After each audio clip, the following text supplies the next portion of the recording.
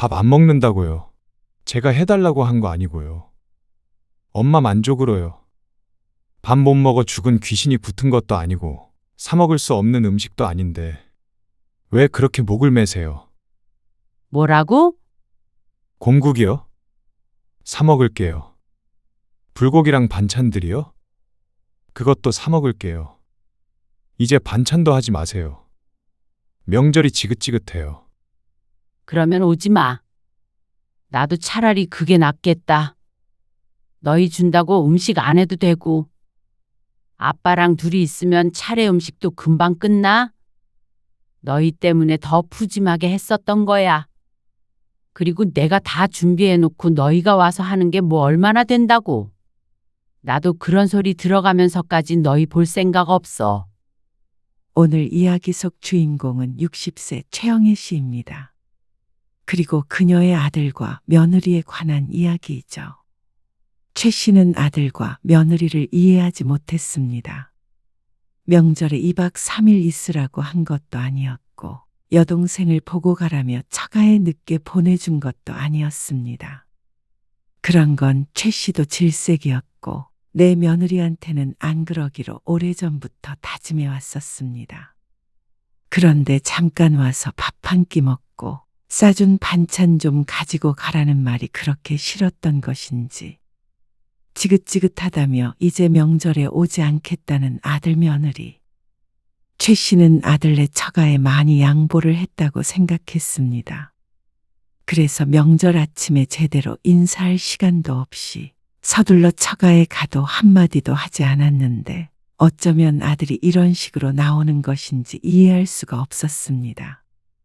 그러면서 자신을 진상 시어머니 취급을 하는데 이렇게 기가 막힐 수가 없었죠.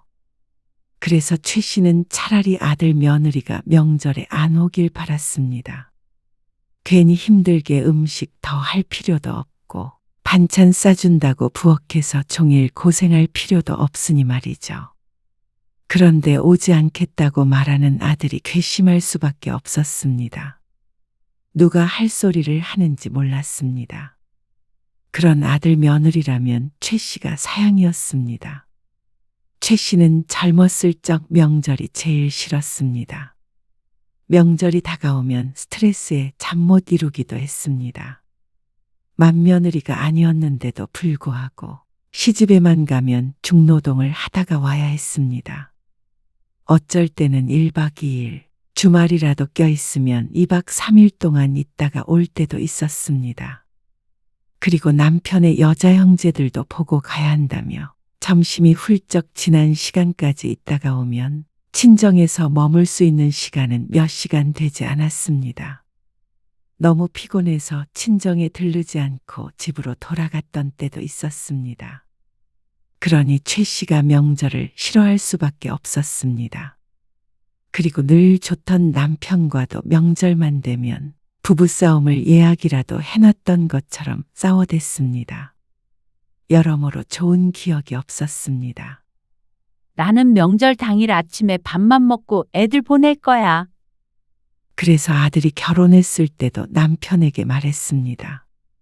남편은 최 씨가 어떤 시절을 보냈는지 당연히 잘 알고 있었습니다. 그래서 15년쯤 그러고 난 뒤에 남편이 시집을 뒤엎어버리고는 그 지옥에서 꺼내주었죠. 그래. 멀지는 않아도 차 막히니까 일찍 출발하는 게 좋지.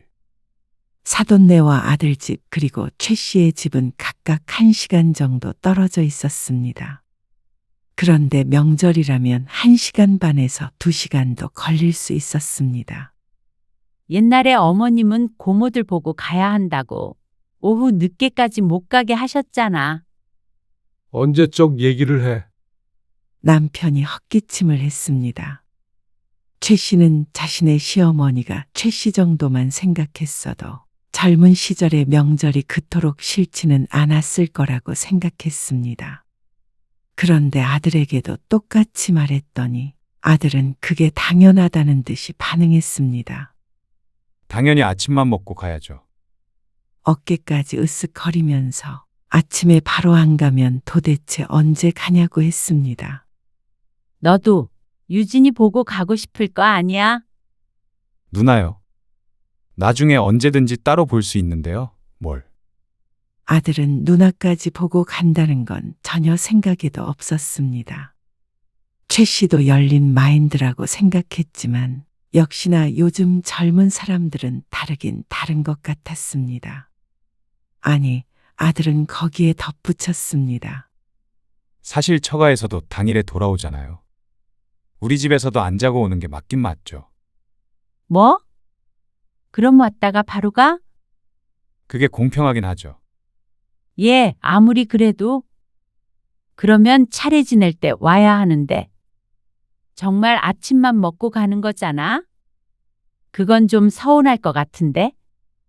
아들의 말대로라면 최 씨의 집에서 한두 시간 머물다가 가야 하니까 그건 좋은 생각이 아닌 것 같았습니다.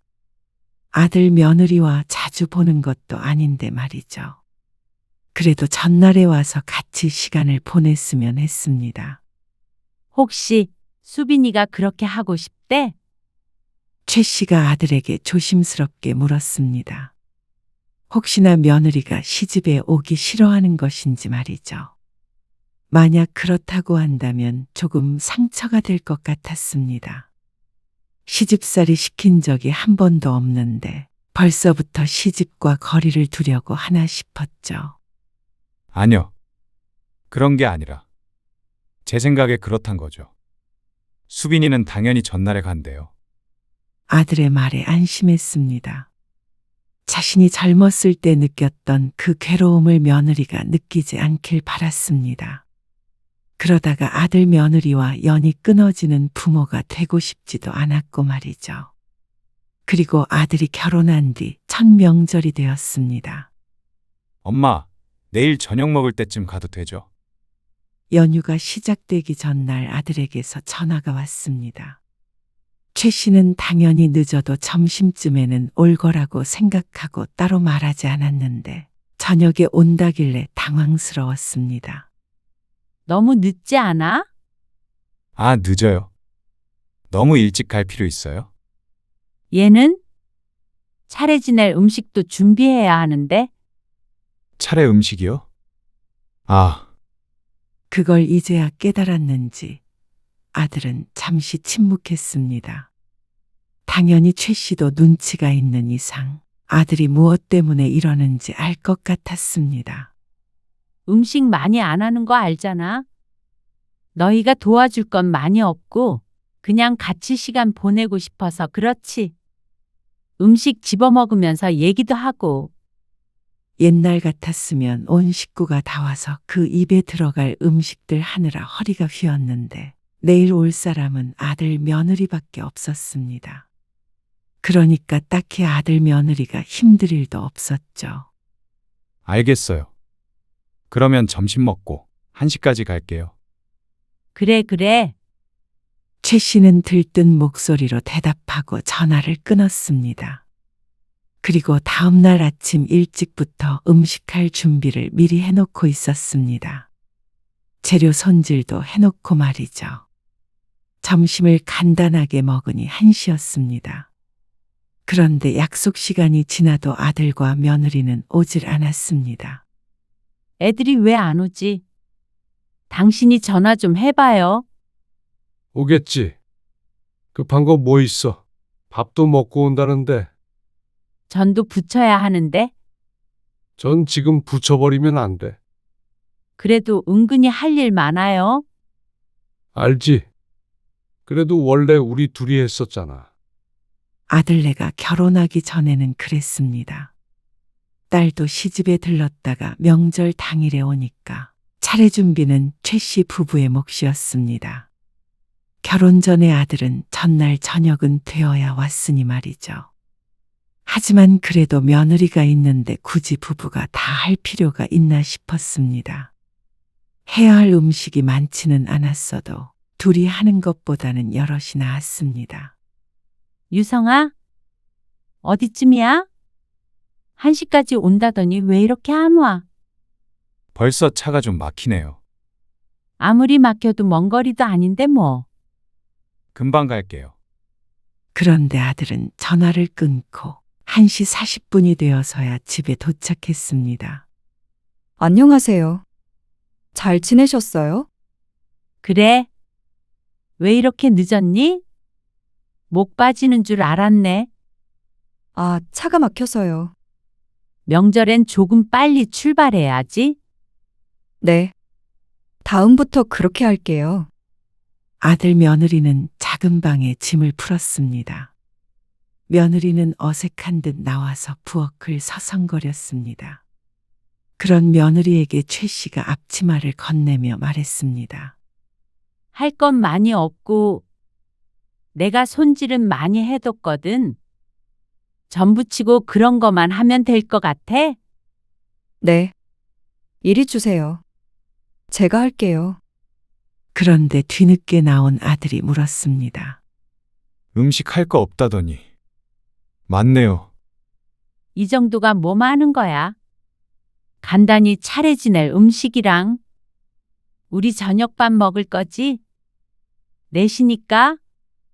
그러자 아들도 거들겠다고 부엌에 왔습니다. 최 씨는 사양하지 않았습니다. 북적북적 부엌에서 음식하는 것도 좋은 것 같았습니다. 도란도란 얘기도 나누고 말이죠. 어머님, 제가 설거지 할게요. 어머, 내가 해도 되는데? 며느리가 적극적이고 부지런해서 좋았습니다.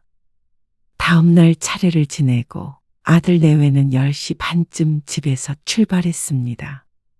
아침을 먹고 바로 갔는데도 시간이 조금 지체되었습니다. 그래도 점심쯤엔 사돈네에 도착할 것 같긴 했죠. 그렇게 첫 번째 명절이 지났습니다. 얼마 후 모임을 하는데 당연히 명절에 관한 이야기를 많이 나누었습니다. 우리 며느리는 얼마나 얄미운지 몰라. 아무것도 안 하고 설거지도 안 하고 그냥 앉아 있더라니까. 나는 그러면 딱 집어서 얘기해. 설거지 좀 하라고. 명절에 그러지 좀 말어. 며느리들 얼마나 힘들겠어? 나는 우리 시어머니 생각나서 절대 그렇게 안 해. 그러면 며느리한테 아무것도 안 시켜? 별거 할 게 있나? 그냥 같이 밥 한 두 끼 먹는 거지. 최 씨는 며느리 흉보는 친구들을 나무랐습니다. 시모가 잘해야 며느리도 잘하는 것인데 그걸 모르고 옛날 시대 시어머니들과 똑같이 하고 있었으니 말이죠. 그런데 그렇게 잘해줘서 그런지 어쩐지 아들 며느리는 더 많은 걸 바랐습니다. 다음 명절을 앞둔 어느 날이었습니다. 아들이 최 씨에게 전화를 걸었습니다. 엄마, 이번에 처가에 먼저 들러야 할 것 같아요. 언제? 명절에? 최 씨가 놀라서 되물었습니다. 네. 수빈이네 할머니께서 요양원에 계신데 명절 전날에 잠깐 들렀다가 큰아버지로 가신대요. 그래서 할머니 뵈려면 먼저 가야 할 것 같아서요. 아, 그래? 네. 이번에는 그럼 처가에 먼저 가도 되죠? 당연히 안 된다는 말은 기대하지 않고 물어보는 아들 때문에 최 씨는 엉겁결에 그러라고 했습니다. 그래? 할머니가 오신다니까? 네. 그럼 그렇게 할게요. 명절 당일에 아침 일찍 갈게요. 그래? 전화를 끊고 보니까 눈뜨고 코가 베인 것 같은 기분이었습니다. 할머니나 요양원 같은 얘기가 나오니까 그러라고 해야 할 것 같아서 대답을 하긴 했는데 명절에 여자 쪽부터 가는 경우도 있나 싶었습니다. 그건 그렇다 치더라도 그러면 차례는 어떻게 해야 하나 걱정이 됐습니다. 그러면 차례를 좀 늦게 지내야 하나? 남편에게 말했더니 차례 지내는 시간을 늦추는 게 어떻냐고 했습니다. 얼마나 늦춰요? 언제 도착할 줄 알고. 그러면 우리끼리 지내던지 해야지. 아들 며느리 있는데 우리 둘만 지내는 것도 이상하지? 그럼 어떻게? 남편도 대수롭지 않게 생각하는 것 같아서 최 씨 혼자만 답답했습니다. 아무리 생각해도 이건 아닌 것 같았습니다. 여보. 근데 아무리 요즘 세상이 바뀌었다고 해도 나는 좀 그런 것 같아요. 뭐가? 우리가 뭐 며느리를 친정에 늦게 보내주는 것도 아니고 아침만 먹고 가는 건 나도 찬성이에요. 그 정도로 꽉 막힌 사람은 아닌데 그렇다고 순서를 바꾸는 건 다른 문제잖아요. 차례를 안 지내는 거면 모르겠는데 차례 지내는데 장남이 없으면 이상한 거 아닌가? 할머니가 그때 오신다고 했다면서. 할머니는 나중에 요양원으로 가서 따로 찾아뵈도 되는 거잖아요. 그래도 명절이니까 다 같이 만나고 싶은 거겠지. 그렇게 따지면 나도 유성이랑 유진이 다 같이 만나도록 명절 오후까지 아들 며느리 잡아둬도 되나? 난 그렇게 안 하잖아요. 그러면 그쪽에서도 좀 선을 지켜야 하는 거 아닌가 싶은데 내 말이 틀려요? 우린 아침만 먹이고 불이 나게 보내는데 그러면 사돈 내도 우리가 배려한 걸 알고 고맙게는 생각해야 하는 거잖아요. 아이고, 시어머니 같은 소리를 다 하네. 시어머니 같은 소리가 아니라 나처럼 며느리 위하는 사람 없어요. 내 주변 말만 들어봐도 며느리 엄청 부려먹고 뒤에서 흉보고 그래요. 나는 안 그러잖아. 그러니까 어쩐지 우리를 우습게 보는 것 같기도 하고 누가 우릴 우습게 봤다고 그래. 그러니까 유성이가 처가에 먼저 가겠다는 소리를 하지. 나중에는 안 온다고 하겠어요? 아이고, 나는 모르겠다. 남편은 고개를 저었고 최 씨는 잠시 고민하다가 오후 늦게 아들에게 다시 전화를 걸었습니다. 엄마가 생각을 해봤는데 그래도 차례는 지내고 가야 될 것 같아서. 아, 그때 되면 할머니 큰아버지 댁으로 가신다는데요. 그건 어쩔 수가 없지. 그러자 아들이 말이 없었습니다. 나중에 시간 내서 찾아뵙던가 해. 할머니는 언제든지 뵐 수 있지만 차례를 너 없이 지낼 수는 없잖아. 처가 먼저 가는 것도 좀 이상하기도 하고. 엄마, 요즘엔 그렇게 번갈아 가면서 가기도 해요. 이상할 게 없는데. 그런 건 차례 안 지내는 집이겠지? 한숨 소리가 들려왔습니다. 너무 우리 집만 생각하는 것 같은데요. 뭐? 우리 집만 생각했으면 아침만 먹고 처가에 가게 하지도 않았지. 그 소리에 최 씨는 조금 기분이 상했습니다. 최 씨가 배려를 해주니까 아들은 그게 당연하다고 생각하는 것 같았습니다. 지난번에도 말씀드렸지만 그건 배려가 아니라 당연한 거죠. 뭐? 최 씨가 낮은 목소리로 대묻자 옆에서 며느리의 목소리도 작게 들렸습니다. 둘이 무언가 대화를 나누는 것 같아서 최 씨는 잠깐 기다렸습니다. 그러자 아들이 또다시 한숨을 쉬면서 말했습니다. 알겠어요. 집으로 먼저 갈게요. 아무래도 며느리가 그러자고 한 것 같았습니다.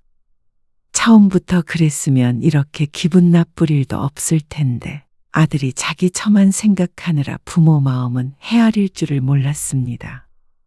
아들은 장가가면 끝이라더니 내 아들도 정말 그런가 싶어서 마음이 좋지 않았습니다. 그 이후로 아들은 처가에 먼저 가겠다는 말은 하지 않았습니다. 그래서 최 씨도 명절 당일 일찍 일어나는 아들을 붙잡지 않았습니다. 어쩔 때는 설거지도 안 하고 가도록 하기도 했습니다. 이 정도만 하더라도 최 씨가 젊었을 때와는 달랐습니다. 하지만 아들 며느리는 그것조차 불만인 모양이었습니다. 공국해? 유성이가 좋아하잖아요. 명절에 오면 먹이고 집에 갈 때도 좀 싸줄까 해서요. 그래? 생각해보니까 애들 명절 끝나도 음식도 하나도 안 갖고 가고 명절 음식이라 그런 거 같기도 해서 유성이 좋아하는 거 몇 가지 해서 싸주게요. 작년 추석이었습니다. 아들 며느리 싸주려고 명절 음식 외에 불고기, 더덕구이, 공국 등 여러 가지를 미리 해두었습니다. 아들도 좋다고 했습니다. 싸주시면 감사하죠. 어차피 집에서 요리해 먹기도 힘든데. 맞벌이를 하기 때문에 거창한 걸 해먹을 시간은 없다면서 고개를 끄덕였습니다. 최 씨는 무척 뿌듯했습니다. 그런데 저녁을 다 먹고 치우고 있는데 아들이 말했습니다. 엄마, 근데 내일 차례 좀 일찍 지내고 가야 해요. 왜? 어딜 가야 하는데? 처갓집에요. 한 9시에서 9시 반쯤에 출발해야 할 것 같아요. 그렇게나 일찍? 왜? 무슨 일 있어? 최 씨가 의아한 목소리로 되묻자 아들이 대꾸했습니다. 아, 장모님 댁 다음 달에 이사하시는데 짐 정리하신다고. 무거운 것 몇 개 옮기는데 그것 좀 도와달라고 하시네요. 아, 그래? 하지만 최 씨는 이해가 안 갔습니다. 그리고 조금 불쾌하기까지 했습니다. 이사가 다음 달인데 벌써부터 이삿짐 정리하는 것도 이상한데 그걸 사위한테 시키다니요. 그것도 차례 지내는 줄 뻔히 알면서 일찍 부른 사돈에 저희가 궁금했습니다.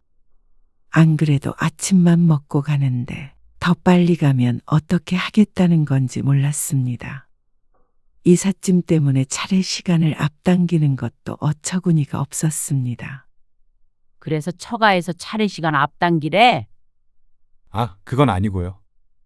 가구 가져가는 차가 오전에 온다고 해서 혹시나 늦을까 봐요. 조금 일찍 출발하려는 거예요. 처가에서 일찍 오라고 한 건 아니고요. 아니, 이사가 다음 주라며? 장인어른이랑 장모님이 그때까지 쉬는 날이 없으시대요. 아들의 말에도 부하가 나는 걸 막을 수 없었습니다. 아침에 정신 없어서 설거지도 안 시키고 보내는데 그보다 더 빨리 가겠다는 말에 이게 뭐 하자는 건가 싶기도 했습니다. 그리고 그걸 이제 와서 말하는 아들에게도 섭섭했습니다. 그런 줄도 모르고 몇 날 며칠 공국도 끓이고 반찬도 해둔 스스로가 바보 같았습니다. 아들 며느리는 처가에 갈 생각밖에 없는데 말이죠. 며느리는 말 한마디 안 보태고 옆에서 그릇을 치우고 있었습니다. 총대는 아들에게 매도록 하고 모르는 척 하고 있는 게 얄미워 보이기까지 했습니다. 그럼 차례를 8시에 지내면 되나? 그러고 나서 아침은 안 먹고 갈게요. 배고프지 않겠어? 괜찮아요. 남편이 대수롭지 않게 대답했습니다. 최 씨가 어느 부분에서 기분이 상한지 모르는 눈치였습니다. 아들이 처갓집 머슴 노릇을 하러 간다는데 그걸 일찍 보내주려고 차례 시간까지 바꾸는 남편이 소갈머리가 없게 느껴졌죠. 그것도 아침밥도 안 먹고 갈 정도로 처가에 꽉 잡혀 있는가 싶어서 더 기가 찼습니다. 최 씨는 애써 마음을 다잡았습니다. 아들도 최 씨가 허락할 거라고 생각하고 남편까지 이렇게 얘기하는데 혼자서 안 된다고 하면 최 씨만 나쁜 사람이 되는 것 같은 분위기였습니다. 그래서 최 씨도 100번 양보해서 말했습니다. 그러면 처가에 들렀다가 일 도와드리고 점심 먹고 그러고 다시 들러. 다시 들르라고요? 아들이 영문을 모르겠다는 듯한 표정으로 바라보았습니다. 그래? 아침밥도 안 먹고 가겠다면서. 너 주려고 공국 끓여놨는데 그거는 먹어야 할 거 아니야. 그리고 반찬도 가지고 가야지. 곰국은 아까 저녁 먹을 때 주시지. 미리 말을 했으면 좋지. 아침에 주려고 안 줬는데. 그냥 싸주세요. 반찬이랑 같이 내일 아침에 그냥 가지고 갈게요. 어떻게 다시 들러요? 어차피 너희 집 올라가는 방향이잖아. 지나가는 길에 들러서 저녁 먹고 가. 유진이네도 그때까지 있으라고 할 테니까. 그러자 아들이 한숨을 쉬며 말했습니다. 굳이 왜요? 그냥 아침에 가지고 가면 되는데. 반찬들 다 쉬어. 아니, 그렇다고 처갓집 갔다가 다시 와요? 반찬 때문에요? 아들의 말에 최 씨는 너무 서운했습니다. 먼 길 돌아서 다시 오라는 것도 아니고 지나가는 길이었습니다. 어차피 지나가는 길에 부모가 정성껏 만든 반찬 좀 가지고 가라는 게 그렇게 싫은 일인가 싶었습니다. 그리고 아침밥도 안 먹고 가는 거면 저녁밥은 같이 먹을 수 있는 거 아닌가 싶었습니다. 그 김에 누나도 보고 가고 말이죠. 최 씨도 양보를 했으면 아들 내외도 그 정도는 해야 맞았습니다. 일방적인 배려만을 원하는 아들에게 섭섭한 감정이 느껴지는 건 당연했습니다. 모든 처가에만 맞추려고 하는 아들 내외가 괘씸했습니다. 전에도 처가 먼저 가면 안 되냐고 그러더니 이번에도 처가 일을 도와줘야 된다고 최 씨 부부가 전부 맞춰주라는 식이었습니다. 반찬도 이렇게나 많이 해줬는데 온 김에 저녁 한 끼 같이 먹자는 것도 다 싫다는 것인지 최 씨의 표정이 어두워지자 그제서야 며느리가 끼어들었습니다. 아니에요. 어머님, 들렀다가 저녁 먹고 올라갈게요. 아니, 또 오겠다고? 어머님 말씀대로 어차피 지나가는 길이니까. 그나마 며느리에게 양심은 있는 모양이었습니다. 생각 같아서는 반찬이고 뭐고 곰국이고 뭐고 주지 말까 싶기도 했습니다. 뭐가 예쁘다고 이런 아들을 위해서 그렇게 정성스레 준비했는지 몰랐습니다. 하지만 최 씨는 더 이상 얼굴 붉히고 싶지 않았습니다. 좋은 명절날에 말이죠. 그러면 그런 줄 알고 있을게. 네, 며느리까지 그러겠다고 하자 아들도 더 이상 반박하지 못했습니다. 다만 연거푸 한숨만 쉬어댈 뿐이었습니다. 또 그 소리에 최 씨의 기분은 더 바닥을 쳤고 말이죠. 최 씨가 과한 요구를 한 것도 아닌데 아들 며느리는 정말 자신들밖에 몰랐습니다. 옛날 같았으면 상상도 못할 일들이었습니다. 명절 당일에 점심이 지나고 저녁 때가 다가와도 친정에 가겠다는 말을 못하는 것이 옛날 며느리였습니다. 그런데 차례 지내기가 무섭게 친정에 가면서도 최 씨가 많은 걸 양보했다는 생각은 못하는 듯 했습니다. 처음부터 그랬으니 그게 당연한 줄 아는 것 같았죠. 그리고 그걸 주도적으로 나서서 속을 뒤집어 놓는 아들도 얄밉기는 마찬가지였습니다.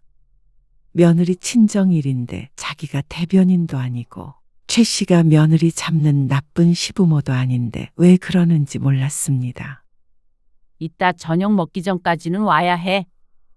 네, 아들이 못마땅해하는 게 느껴졌습니다. 최 씨도 속으로 갈등을 했습니다. 이대로 그냥 가서 저녁에 오지 말라고 하고 싶기도 했습니다. 그렇게 하면 최 씨는 오히려 편했습니다. 나조차고 곰국 끓이고 반찬한 것도 아닌데 왜 해주는 입장에서 이렇게 애걸복걸 해야 하는 것인지 몰랐습니다. 그러다가 자식 이기는 부모 없다는 말이 더 올랐습니다. 그렇게 기분 상한 와중에도 아침밥도 안 먹고 처가로 간 아들이 신경이 쓰였고 명절이 끝난 뒤에 밥도 대충 챙겨 먹을 아들 며느리가 걱정이 됐습니다. 그러니까 계획한 대로 저녁도 먹이고 반찬도 싸주고 그렇게 보내고 싶어서 최 씨는 처가로 떠나는 아들에게 아무 말도 하지 않았습니다. 속으로는 한 대 콱 쥐어받고 싶다는 생각을 했는데도 말이죠. 안 챙겨주면 되지. 왜 챙겨주면서 스트레스를 받아? 그냥 처갓집 들렸다가 알아서 올라가라고 해. 그럼 이 반찬은 어떻게 해요? 그러게 아까 갈 때 싸줬으면 됐잖아. 최 씨는 그런 남편을 흘겨봤습니다. 불난 집에 부채질하나 싶었습니다. 그런데 오후 5시쯤 되었을 때였습니다. 딸과 사위가 도착해서 함께 점심을 먹고 쉬고 있었습니다. 그때 아들에게서 전화가 왔습니다. 이제 출발하려고? 유진이도 와 있어. 최 씨는 당연히 아들이 이제 오려고 전화를 했다고 생각했지만 정반대였습니다. 아, 어쩌죠. 저녁은 같이 못 먹을 것 같아요. 엄마, 아빠 먼저 드세요. 뭐? 왜? 아직도 이삿짐인지 뭔지 그거 해? 아, 아니요. 그건 다 했고요. 친척분들이 계신데 좀 더 있다가 일어나야 할 것 같아서요. 뭐? 여기도 수빈이 와 있다니까? 그럼 오늘 못 와? 아니요. 반찬 가져가라고 하셨잖아요. 이따가 집에 올라갈 때 잠깐 들러서 반찬만 가져갈게요. 최 씨는 대답을 하지 않고 있었습니다. 머릿속이 복잡했습니다. 먼저 약속이 되어 있던 것은 최 씨였는데 어째서 사돈네 친척이 왔다고 아들이 저녁 먹으러 모속했다는 것인지 몰랐습니다. 얼마나 무시를 했으면 사돈은 애들을 안 보내는 것인지. 너 정말 엄마 서운하게 할래? 서운하다니요. 가다가 들른다니까요. 밥은? 공국에다가 밥 안 먹고 가게? 집에 가서 먹을게요. 너 정말 너무한다. 그렇게 일찍 가놓고는 언제까지 처가에 있는 거야? 왜 그러시는데요? 왜 그러냐니? 네가 처가만 챙기니까 그렇지. 말이 돼요? 아침까지 엄마 집에 있다가 온 거잖아요. 게다가 하룻밤 잤고요. 어쨌거나 저녁에 와서 밥 먹기로 했으면 약속은 지켜야 할 거 아니야? 상황이 이런데 좀 이해해 주실 수 없으세요? 너는 왜 맨날 네 입장만 이해하라고 그래? 너 먹이려고 엄마가 고생고생해서 준비한 건 생각 안 해? 공국도 땀 뻘뻘 흘리면서 끓인 엄마 노력은 아무것도 아니야? 그러자 아들이 한숨을 쉬었습니다. 그리고 너 그렇게 한숨 쉬는 것도 말이야. 너무 기분 그래. 꼭 대화가 안 통한다는 듯이 말이야. 엄마, 진짜 대화 안 통하고 있는 게 맞는 것 같아요. 뭐? 저 위해서 반찬도 해주시고 그런 거 정말 감사해요. 근데 왜 그렇게 강요를 하세요? 안 가져가겠다고 한 것도 아니고. 뭐? 강요? 아들의 말에 최 씨는 크게 충격을 받았습니다. 나 좋자고 한 게 아닌데 강요라니. 말도 안 된다고 생각했습니다. 그리고 어제 점심 때부터 있다가 하룻밤 자고 왔으면 됐지. 저녁에 또 오라고 하는 것도 정말 심하셨어요.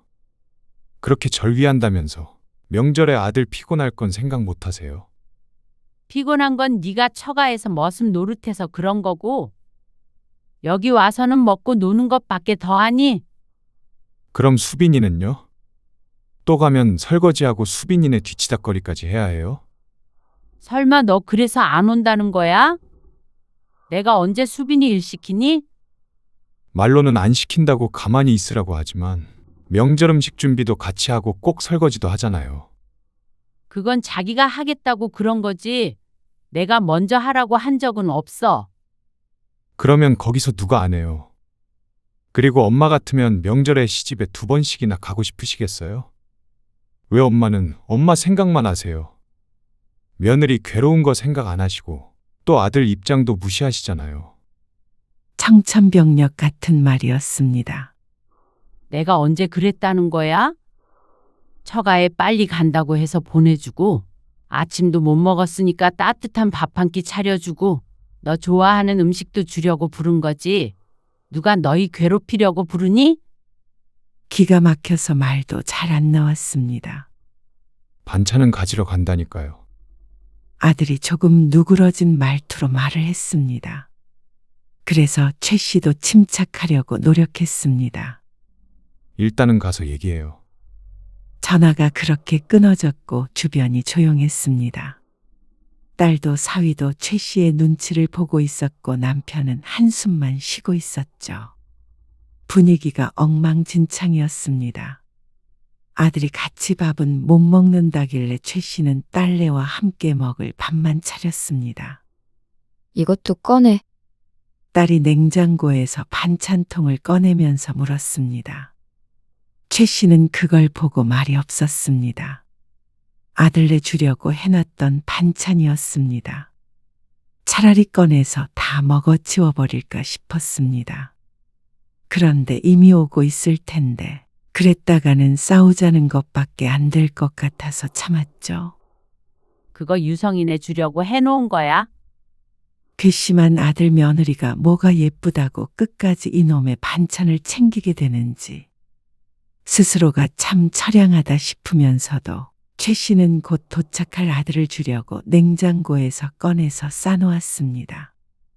그러다가 아들과 며느리가 집에 도착했습니다. 잘 먹을게요. 감사합니다. 며느리가 받아들면서 인사를 하는데 어찌나 감정이 상하는지 모를 일이었습니다. 분명히 아들과 최 씨가 언쟁을 한 것을 들었을 텐데 혼자만 맑은 얼굴을 하고 있으니 말이죠. 그래? 이삿짐 정리하는 건지 옮기는 건지 그건 잘 끝났니? 최 씨는 아들 며느리를 현관에 세워놓고 이야기를 했습니다. 네. 잘 끝냈어요. 아들의 얼굴이 거뭇하고 무척 피곤해 보였습니다. 그걸 보니 또 최 씨는 속상해서 한마디 하지 않을 수가 없었습니다. 그렇다고 며느리에게 직접적으로 뭐라고 할 수는 없었고 화살은 아들을 향했습니다.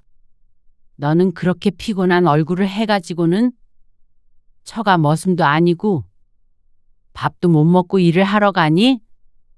그러자 아들이 인상을 썼습니다. 저녁은 먹었어? 네. 먹었어요. 거기서 먹을 거면 차라리 와서 공국이랑 너 좋아하는 불고기에다가 먹었으면 됐잖아. 여기 유진이도 와 있는데. 처가 식구만 식구야? 아까 전화로 얘기 끝난 거잖아요. 끝나긴 뭐가 끝나? 엄마는 정말 속상해. 아들한테 밥 차려주기 이렇게 힘드니? 아들한테 이 반찬들 전해주기가 이렇게 힘들어? 안 그래? 수빈아? 그러자 며느리가 죄를 지은 것처럼 고개를 푹 숙였습니다. 언제나 곤란할 때는 저렇게 입을 다물어 버리는 모양이었습니다. 그럼에도 불구하고 아들이 팔불출이니 전부 며느리 원하는 대로 되는 것이겠죠. 100번 양보해서 일찍 보냈더니 전화로 그렇게 대들면 내가 앞으로 반찬을 주고 싶겠어? 그러자 아들이 말했습니다. 그게 무슨 양보예요? 뭘 양보하신 건데요? 아들의 말에 순간 말문이 막혔습니다. 그러자 아들도 잠시 말이 없었습니다. 그리고 음식도요. 엄마가 해주고 싶어서 하신 거잖아요. 제가 해달라고 한 거 아니고요. 엄마 만족으로요. 그 밥이 도대체 뭔데요? 밥 못 먹어 죽은 귀신이 붙은 것도 아니고 사 먹을 수 없는 음식도 아닌데 왜 그렇게 목을 매세요? 뭐라고? 공국이요? 사 먹을게요. 불고기랑 반찬들이요? 그것도 사 먹을게요. 사 먹는 거랑 엄마가 해준 거랑 같니? 왜 제 입장은 생각 안 해주시는데요? 제가 애예요? 저도 30 넘었고요. 결혼도 했어요. 저희도 저희가 정한 스케줄이 있잖아요. 명절에 처가부터 가지 말라 그래서 안 갔고요. 꼭 연휴 첫날에 오라고 해서 와서 같이 음식도 했어요. 오늘 처가에 1시간 정도 일찍 갔다고 그렇게 눈치를 주셨죠? 그리고 다시 집에 들르라는 건 무슨 심술이에요? 뭐라고? 심술? 너 말 다 했니? 그럼 심술이 아니고 뭐예요? 그리고 아까도 엄마가 계속 전화해서 제가 처가에 얼마나 눈치 받는 줄 아세요? 거봐. 처가에서 너 눈치 주지? 너는 정말 거기 머슴이니? 처가에 책 잡힌 거 있어? 그러면 수빈이는 우리 집에 책 잡힌 거 있어서 명절에 음식하고 요리해요? 엄마는 명절마다 수빈이 부려먹으시면서 왜 저는 처가 일 한번 도와준 걸로 머슴 소리를 들어야 해요? 그게 엄마가 말하는 좋은 시어머니 마인드인가요? 아들이 쉬지 않고 쏘아대자 정신이 혼미해지는 것 같았습니다. 이제 반찬도 하지 마세요. 저희가 집에서 밥을 먹으면 얼마나 먹는다고요. 묻지도 않고 반찬 해놓으시고 사람을 이렇게 못 살게 구실 거면 아예 하지 마시라고요. 지긋지긋해요.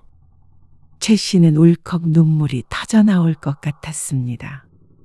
어떻게 부모의 사랑을 빚으로 돌려주는지, 며느리가 차라리 이렇게 대들었다면 상처가 덜 했을 것 같았습니다. 내 아들이니까 더 충격적이었습니다. 그러면 오지 마. 나도 차라리 그게 낫겠다. 너희 준다고 음식 안 해도 되고, 아빠랑 둘이 있으면 차례 음식도 금방 끝나? 너희 때문에 더 푸짐하게 했었던 거야. 그리고 내가 다 준비해놓고 너희가 와서 하는 게 뭐 얼마나 된다고 내가 며느리를 부려먹었대. 그런 소리 들어가면서까지 너희 볼 생각 없어. 그러자 아들은 잘못했다고 말하는 대신에 고개를 끄덕였습니다. 네. 앞으로는 안 올게요. 가자. 수빈아. 그거 내려놔. 아들의 말에 며느리가 머뭇거리면서 최 씨가 건넸던 반찬 보따리를 발치에 내려놓았습니다.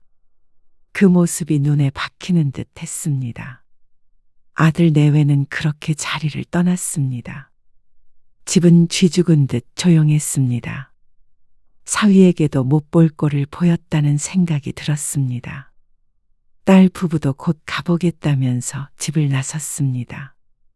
그리고 남편도 어쩐 일인지 최 씨에게 말을 걸지 않고 안방으로 들어갔습니다.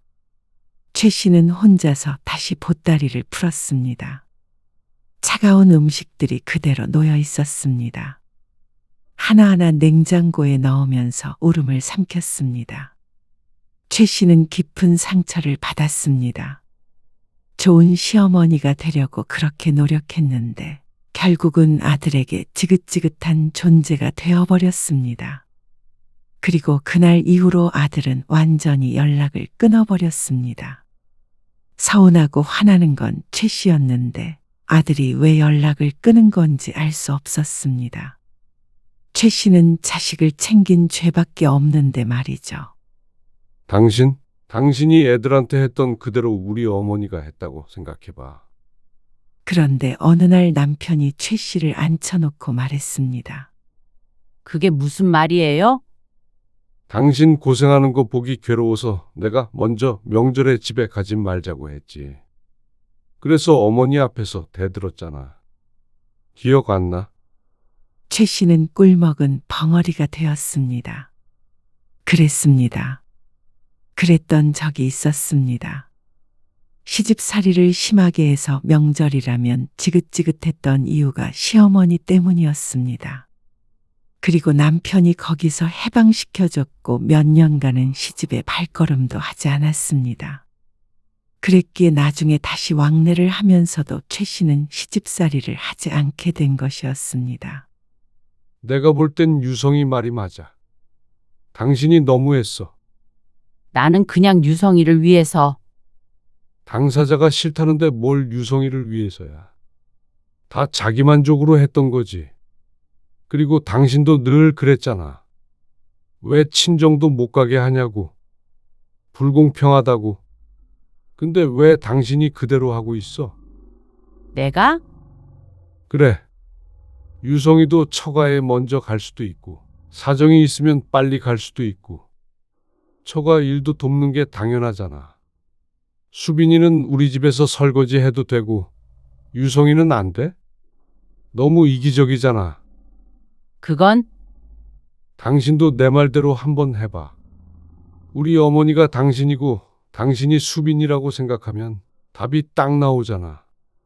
최 씨는 남편의 말을 듣고 며칠 동안 괴로웠습니다.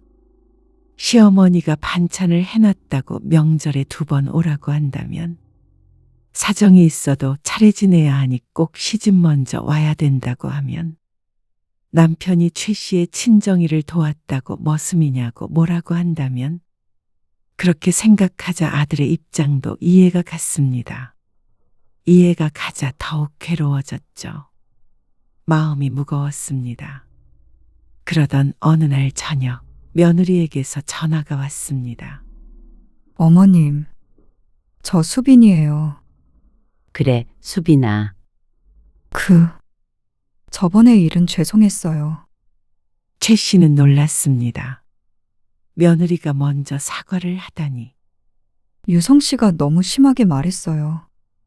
어머니 마음이 많이 상하셨죠? 최 씨는 아무 말도 하지 못했습니다. 유성 씨가 했던 말들 진심 아니니까 너무 상처받지 마세요. 머릿속으로 오만 생각이 다 들었습니다. 어쩌면 최 씨의 며느리가 자신보다 나았습니다.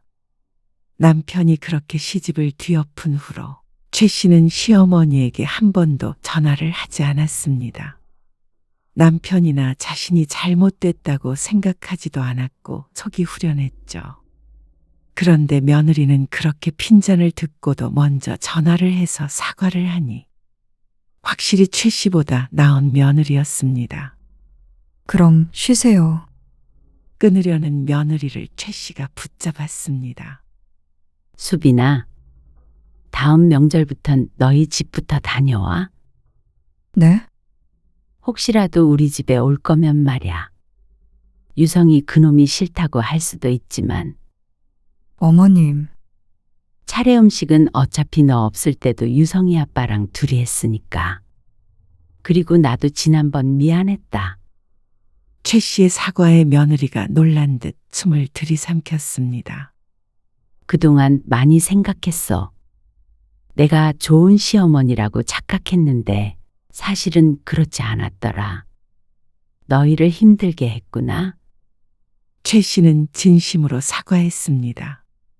나도 시집살이 할 때 힘들었는데 왜 그걸 잊었을까?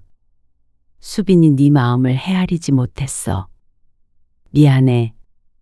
그렇게 전화를 끊으니까 마음이 조금 나았습니다. 딸 부부 앞에서 그렇게 자신을 몰아붙인 아들에게 여전히 괘씸한 마음은 남아있지만 최 씨도 인정할 건 인정해야 했습니다. 그러자 어느 날 아들에게서도 연락이 왔습니다. 다음에 처가에 들렀다가 차례에 안 늦게 일찍 갈게요.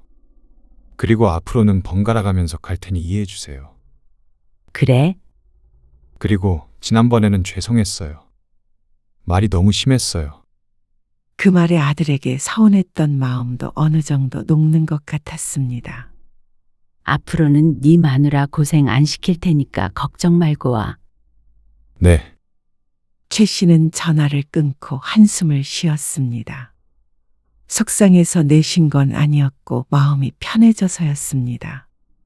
마음속으로 아들을 놓으니 오히려 이제는 정말 아무것도 상관이 없어졌습니다. 처가에 먼저 가든 아니면 둘이 여행을 가든 말이죠.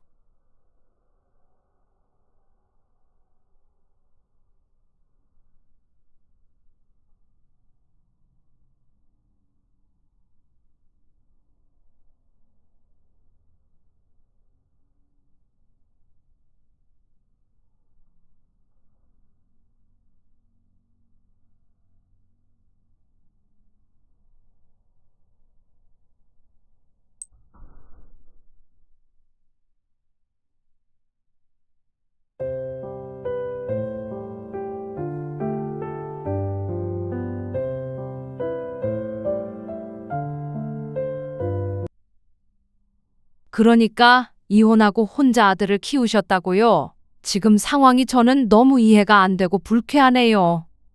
엄마, 죄송해요. 지수 너는 집에 가서 얘기하고. 이거 상견례를 이대로 진행할 수는 없겠어요. 그게 무슨 말씀이세요? 아무것도 달라진 게 없잖아요. 달라진 게 없다니요.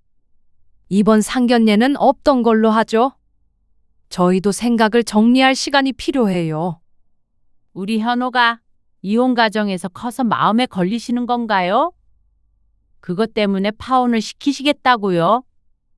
오늘 이야기 속 주인공은 59세 신은숙 씨입니다. 그리고 그녀의 아들과 며느리, 예비 사돈에 관한 이야기이죠. 신 씨는 살면서 이렇게 분하고 억울한 적이 없었습니다. 아들의 미래가 달린 일이라 더 그랬습니다.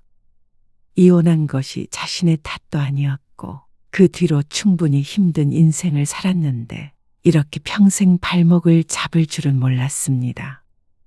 요새 젊은 사람들은 잘만 하는 이혼, 왜 이렇게 신 씨에게만 가혹한 주홍글씨가 되었는지 몰랐습니다.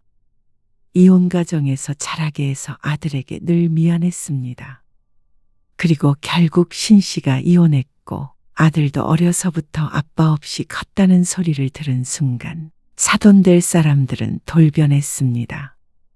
말은 그 이유 때문이 아니라고 하지만 설득력이 전혀 없었습니다. 역시나 사돈네도 똑같은 사람들이었습니다. 이혼했다고 신 씨를 무시했던, 그리고 내 아들을 차별했던 수많은 사람들과 말이죠. 결국 파혼하겠다는 말에 아들은 무너졌습니다. 그래서 신 씨는 그 사람들을 쫓아가 엎어버리기로 결심했죠. 신 씨는 남편과 나이 40에 이혼했습니다. 자식은 아들 하나였는데 아들이 초등학생일 때였습니다. 남편과는 선을 봐서 결혼을 했는데 둘 사이는 결혼하고 얼마 안 됐을 때부터 삐그덕거리기 시작했습니다. 남편은 술을 좋아했고 여자도 좋아했습니다. 그러다 보니 바람 잘 날이 없었던 같았습니다. 집안에서는 자주 큰 소리가 오갔고 아이를 낳고도 바뀌는 것이 없었습니다. 오히려 남편은 더 바꾸돌았고 신 씨는 피폐해져 갔습니다. 신 씨는 아들 하나만 보고 살았습니다. 그러다가 남편이 신 씨에게 손찌검을 하기 시작한 날부터 신 씨는 이혼을 생각했습니다. 남편의 술주정과 폭언에 시달리던 날들이 아마 아들에게도 상처가 됐을 것이었습니다. 이왕 이혼을 할 거면 진작에 했어야 했다고 후회했죠. 그런데 이혼을 하고 나서 얼마간은 속이 시원했습니다. 남편이 인간성은 별로였지만 돈은 꽤나 잘 벌었던 탓에 위자료를 받아서 당장에 먹고 사는 문제를 걱정하지 않았습니다. 하지만 이혼 후의 삶이 아들에게도 신 씨에게도 결코 쉽지가 않았습니다. 애가 있는데 좀 더 참지 그랬어. 이혼녀 딱지 평생 가는 거야. 그러면 맞고 살아. 그러다가 현호까지 때리면? 설마 지 아들 때리겠어? 지 마누라도 때렸는데 아들을 왜 못 때리겠어? 앞으로 어떻게 하게? 혼자 애 키우는 게 쉬운 줄 아니. 그리고 동네 창피해서 원. 이렇게 말했던 사람은 다름 아닌 신 씨의 친정엄마였습니다. 이혼하겠다고 마음먹었을 때도 그렇게 반대를 하다니 결국에는 그 입에서 창피하다는 소리가 나왔습니다. 어머니의 표정에는 실망감이 가득했습니다. 그리고 신 씨는 그날 이후로 진정집 문턱을 잘 넘지 않게 되었습니다. 친정엄마가 일얼진데 밖에서는 더한 수근거림을 들어야 했습니다. 이혼하고도 씩씩하게 잘 살아가겠다고 다짐했지만 번번이 무너지게 되었습니다. 남편에게 받았던 돈도 평생 살 만큼의 금액이 아니었던 탓에 신 씨는 아들을 키우기 위해서 열심히 일하며 살았습니다. 그러다 보니 정작 아들이 어떤 생각을 하고 있는지 신경을 많이 못 쓴 듯 했습니다. 어느 날 아들이 말했습니다. 엄마, 나 캠핑 가고 싶은데. 엄마 일하는데 어떻게 캠핑을 가? 그러면 우리는 절대 못 가는 거야? 선우네는 아빠랑 토요일마다 간대. 아빠라는 단어에 신 씨가 설거지를 하다 말고 뒤를 돌아보았습니다. 침울한 모습의 아들이 보였습니다. 아빠는 이제 없다고 했잖아. 현호야, 캠핑은 엄마가 나중에 데리고 갈게. 그리고 이제 선우가 나랑 놀면 안 된대. 왜? 싸웠어?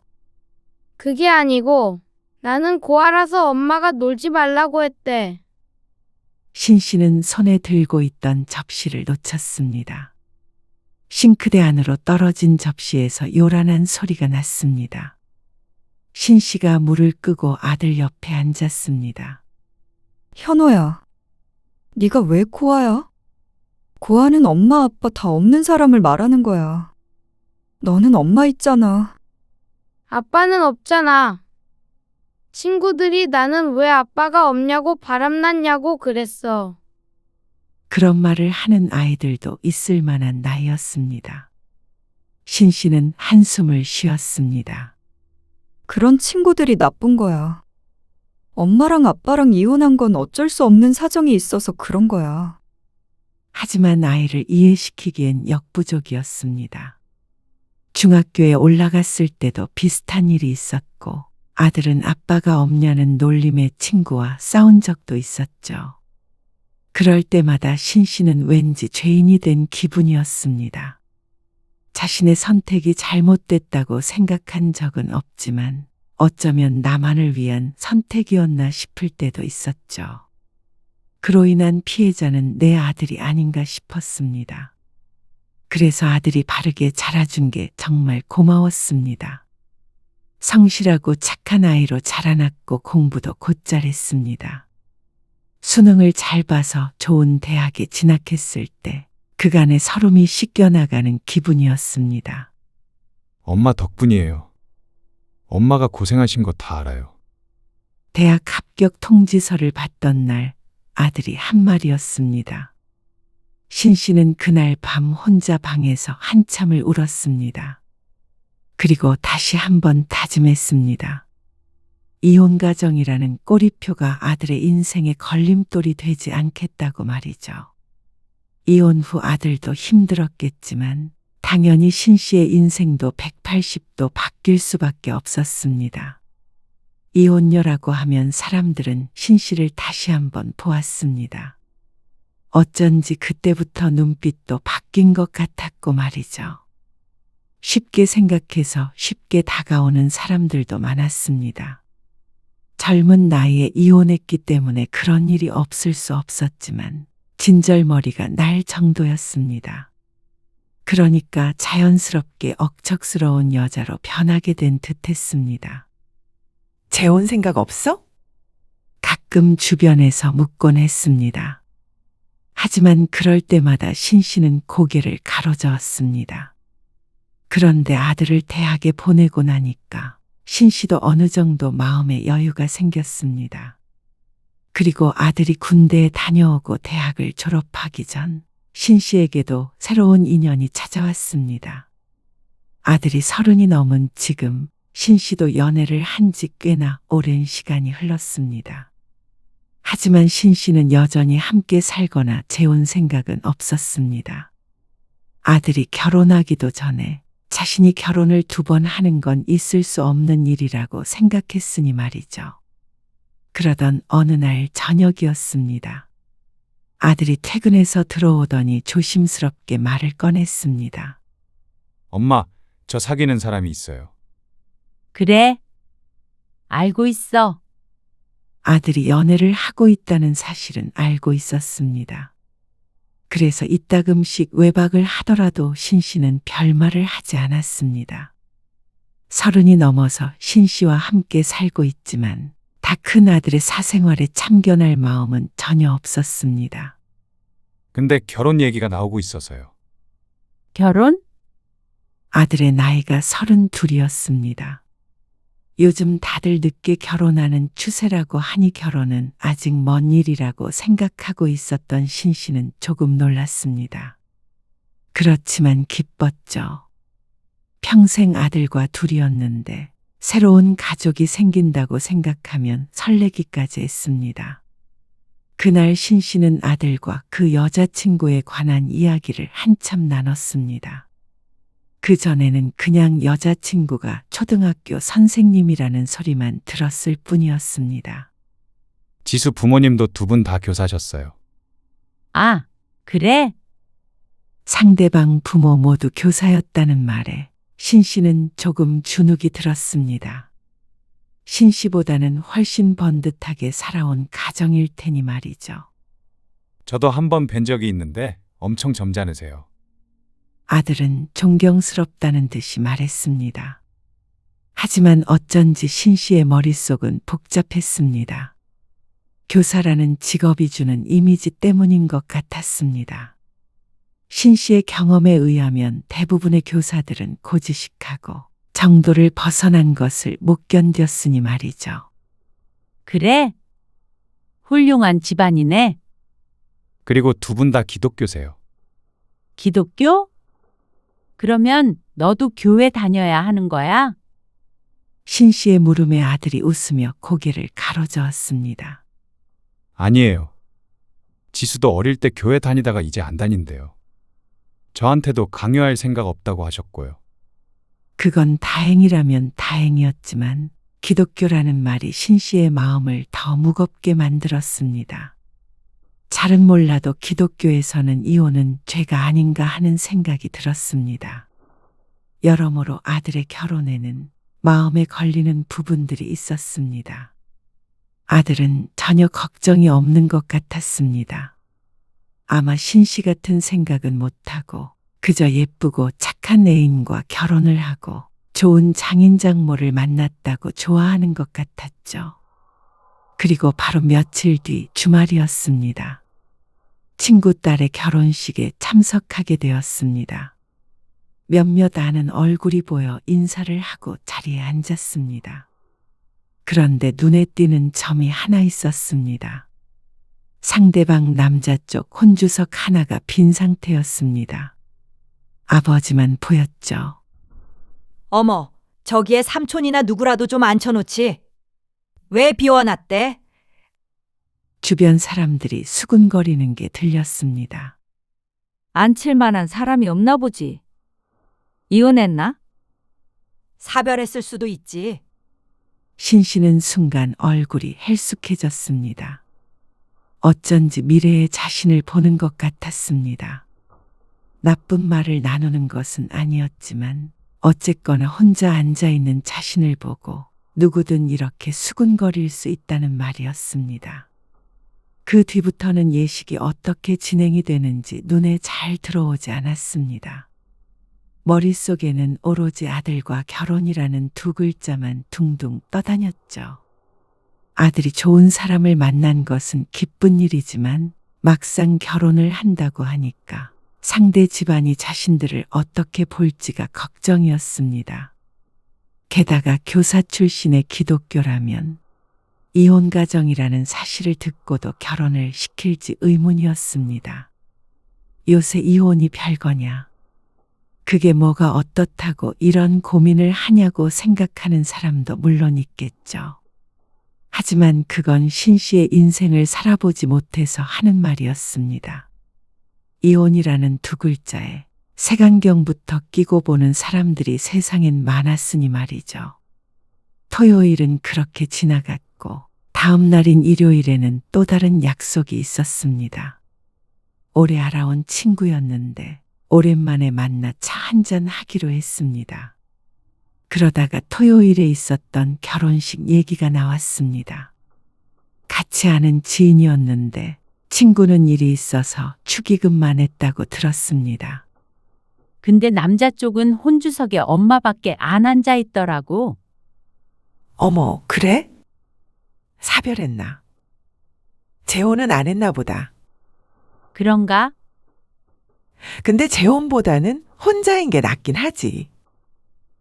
여자 입장에서는 남편 부모님도 아닌데 시아버지 대접해야 하잖아. 그리고 이혼한 거면 진짜 시아버지도 있을 거고. 아이고, 속 시끄럽다. 친구의 말에 어쩐지 신 씨의 가슴이 덜컥 내려앉았습니다. 그러다가 친구가 말했습니다. 그러니까 애들이 애인 생겼다고 하면 부모부터 물어봐야 하나 봐. 아무리 시대가 바뀌었어도 좀 그럴 수 있잖아. 왠지 정상적인 가정에서 자란 애들보다 가정교육이 잘 안 돼 있을 것 같고, 또 말을 잇던 친구가 번뜩하며 말을 멈췄습니다. 긴 정적이 흘렀습니다. 친구가 눈을 굴려 신 씨의 눈치를 봤습니다. 신나게 말을 하다 보니 뒤늦게 깨달은 것 같았습니다. 신 씨도 오래전에 이혼을 했다는 사실을 말이죠. 너 우리 현호 가정교육 못 받은 거 같니? 어머, 은수가 그런 게 아니고. 현우 훌륭한 거 당연히 알지. 그럼 우린 비정상적인 가정이야? 그러자 친구가 변명거리가 없겠구나 싶었는지 입을 다물었습니다. 얼굴엔 미안하다는 표정이 한가득이었지만 신 씨의 마음을 달랠 수는 없었습니다. 신 씨는 이번이 마지막 만남이 되겠구나 싶었습니다. 아쉽지 않았습니다. 이렇게 잃은 인간관계도 그동안에 몇 번은 됐으니 말이죠. 다만 이 친구도 그런 생각을 한다면 아들 여자친구의 부모님도 충분히 그런 생각을 할 수 있다는 것이었습니다. 아들이 그 여자친구를 너무나 좋아하는 게 눈에 빤히 보였습니다. 직업도 괜찮고 참한 아가씨인 것 같아서 신 씨도 며느리 삼으면 좋겠다고 생각했습니다. 그런데 자신의 이혼이 자꾸만 마음에 걸렸습니다. 입장을 바꿔서 신 씨 자신이었어도 그랬을지도 몰랐습니다. 대놓고 반대하진 않아도 꺼림칙한 느낌을 받았을 수도 있었죠. 사람의 마음은 모르는 일이었습니다. 주말 동안에 신 씨는 머릿속으로 생각을 정리했습니다. 마음속으로 어떤 결심이 섰습니다. 이혼한 뒤부터 늘 꼬리표가 따라다녔는데 세상은 변하지 않았습니다. 그래서 신 씨는 아들이 결혼식장에 들어갈 때까지만이라도 이 꼬리표를 숨기고 있기로 마음먹었죠. 보름쯤 뒤에 아들이 여자친구를 데리고 집으로 왔습니다. 단정한 차림의 어여쁜 아가씨였습니다. 예의 바르고 똑똑해 보이는 누가 봐도 탐낼 만한 며느리감이었습니다. 신 씨는 정성껏 차린 저녁을 먹으며 이런저런 이야기를 나눴습니다. 그리고 식사가 끝나갈 무렵 신 씨가 물었습니다. 지수야, 혹시 현우 아빠 없는 건 알고 있지? 그러자 지수는 고개를 끄덕였습니다. 아, 네. 현우 씨한테 들었어요. 어머니 혼자 현우 씨 키우시느라 고생 많으셨다고요. 지수의 조심스러운 대답에 신 씨는 잠시 망설이다가 말했습니다. 근데 그 얘기는 당분간 너희 부모님한테는 안 드렸으면 해. 그러자 지수는 다소 놀란 듯 눈을 동그랗게 떴습니다. 어째서 신 씨가 이런 말을 하는지 이해하지 못하는 표정이었을 비웁니다. 신 씨는 부드럽지만 단호한 목소리로 대답했습니다. 아무래도 그런 쪽에 편견이 있을 수가 있잖아. 나중에 차차 얘기 드리면 되니까 당분간은 말씀드리지 마. 혹시나 물어보시면 외국에 장기 출장 가셨다고 해. 장기 출장이요? 엄마, 왜? 그래. 그렇게 해. 우선은 아, 네. 납득하지 못하는 표정이었지만 결국 고개를 끄덕였습니다. 그제서야 신 씨는 안심을 했습니다. 그런데 지수가 돌아간 뒤에 아들이 신 씨를 붙들고 물었습니다. 그걸 왜 비밀로 해요? 말했잖아. 사람들 편견은 무서워. 남도 아니고 결혼할 건데 말씀을 안 드릴 수는 없잖아요. 저는 먼저 나서서 저희 부모님은 이혼하셨습니다. 라고 할 필요는 없을지 몰라도 물어보시면 당연히 말씀은 드려야 한다고 생각해요. 물론 끝까지 숨기자는 건 아니야. 상견례하고 좀 더 서로에 대해서 알게 되면 그때 말하면 되잖아. 상견례 할 때까지도 속이자고요? 그건 아니죠. 거봐. 너도 엄마가 이혼한 사실이 결혼에 지장이 있을까봐 말해야 한다는 거잖아. 그런 게 아니고 거짓말을 할 필요는 없는 문제니까요. 엄마 말대로 해. 꼭 그렇게까지 해야 해요? 잘못한 것도 아니잖아요. 그건 알아. 하지만 세상이 다 너처럼 생각하는 건 아니야. 특히 어른들 세대는 더 그래. 엄마가 알아서 할게. 너는 지수랑 결혼 준비만 잘하면 돼. 아들은 뭐라고 더 말할 듯 입을 열었지만 신 씨의 표정을 보더니 다시 입을 다물었습니다. 어떤 말로도 지금의 신 씨를 설득할 수 없는 걸 깨달은 것 같았습니다. 그렇게 시간은 흘렀고 아들과 지수는 차근차근 결혼 준비를 해갔습니다. 일찍 해야 하는 식장 예약 같은 것은 미리 했고 상견례 날짜도 잡혔습니다. 그런데 한 달 뒤에 있을 상견례 전에 자꾸만 예비 사돈과 엮일 일이 생겼습니다. 엄마, 지수 어머니가 제 정장 맞추면서 아빠 정장도 같이 맞추라고 지수 통해서 돈을 주셨어요. 아빠란 말에 신 씨는 잠시 대답을 하지 못했습니다. 그쪽은 아무래도 아빠가 참석한다고 생각하시니까. 아들의 목소리가 좋지 않았습니다. 상견례에도 참석한다고 말씀드린 건 아니지? 해외 출장 가셨다고 그렇게 말했대요. 지수가. 그 말에 신 씨는 안도의 한숨을 쉬었습니다.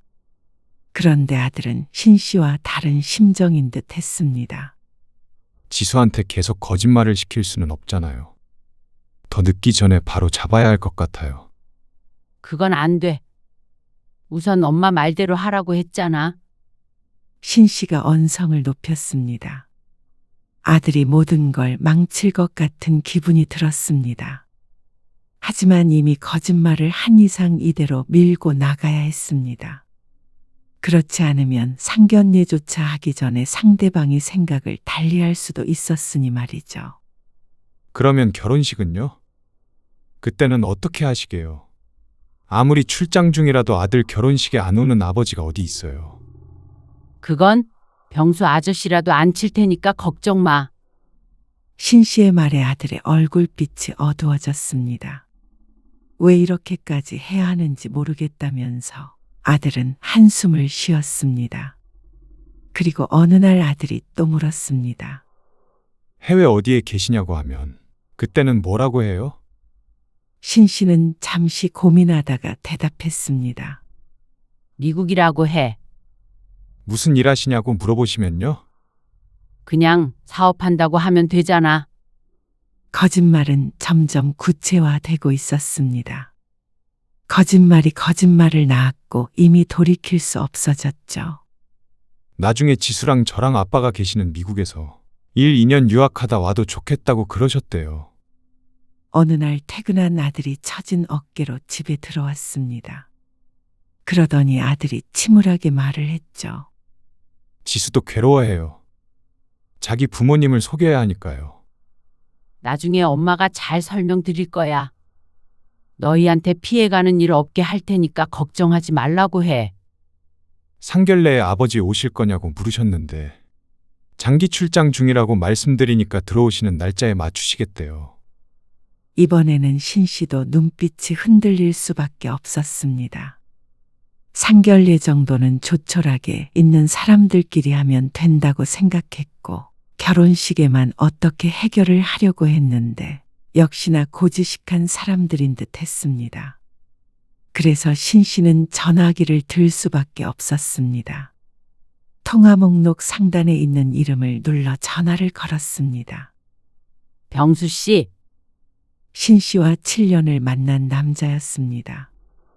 어쩔 수 없이 상견례에 같이 가야 할 것 같았습니다. 그렇지 않으면 무척 곤란해질 듯 했습니다. 다행히도 병수는 그러겠다고 했습니다. 하지만 아들이 납득하질 못했죠. 아니, 말로만 거짓말 하는 것도 아니고 다른 사람을 아빠인 척 하라고요? 상견례에서 식사만 하면 끝이잖아. 결혼식에서도 잠깐만 얼굴 보면 끝이고 그 다음부터는 신경 쓰지 않으시겠지? 사실 결혼만 하면 사돈끼리 연락할 일도 없을 것이었습니다. 그러다가 이혼을 하더라도 아들의 결혼을 물을 수도 없을 테니 딱 2번만 숨기면 된다고 생각했습니다. 이건 진짜 아니에요. 도를 지나친 것 같아요. 너 지수랑 결혼한다며? 만약에 그쪽에서 우리 사정 듣고 결혼 반대한다면? 그때는 너 누구 원망하려고? 엄마, 그런 분들 아니에요. 그래서 신 씨는 지난번에 친했던 친구와 연을 끄는 이야기도 들려줬습니다. 그리고 결혼식장에서 사람들이 수군거리던 말들도 말이죠. 그러자 아들은 잠시 말이 없었습니다. 그래도 그렇게 되면 설득을 해야겠죠. 그래도 반대하면? 둘이 도망이라도 가게? 그게 아니고 엄마. 지수도 괴로워하고요. 저도 죄책감 때문에 지수 어머니 아버지도 못 뵐 것 같아요. 안 될 것 같아요. 이번 주에 제가 찾아뵙고 말씀드릴게요. 죄송하다고 무릎이라도 꿇고. 절대 안 된다니까. 신 씨는 아들의 말을 끝까지 듣지 않고 소리쳤습니다. 엄마 죽는 꼴 보고 싶으면 그렇게 해. 엄마, 엄마는 어떻게든 너 잘 되라고 이러는 거야. 왜 엄마 마음을 몰라주니? 너 가정교육 못 받았을 거란 소리 들을래? 아니면 그런 집에서 자란 애들은 어떤 식으로든 결핍이 있을 것 같다고. 아니면 아들도 부모처럼 이혼하는 거 아니냐는 그런 말 들어야 속이 시원하겠어? 제발 엄마 말 들어줘. 엄마 마지막 소원이라고 생각하고. 그렇게까지 말하는데 아들은 차마 신 씨의 말을 또다시 거절하지 못했습니다. 그리고 그날 신 씨는 아들과 예비 며느리가 통화하며 다투는 소리를 들었습니다. 아들은 신 씨의 마음을 돌리지 못했고 지수의 마음을 돌리기로 한 모양이었습니다. 그 과정에서 언성이 높아진 것 같은데 신 씨는 혹시나 둘의 사이에 문제가 생길까봐 걱정돼서 문 밖에서 듣고 있었죠. 하지만 다행히 지수가 아들이 하자는 대로 하기로 한 모양이었습니다. 상견례 날짜는 문제없이 하루하루 다가왔습니다. 그리고 아들의 얼굴은 점점 거뭇해졌습니다.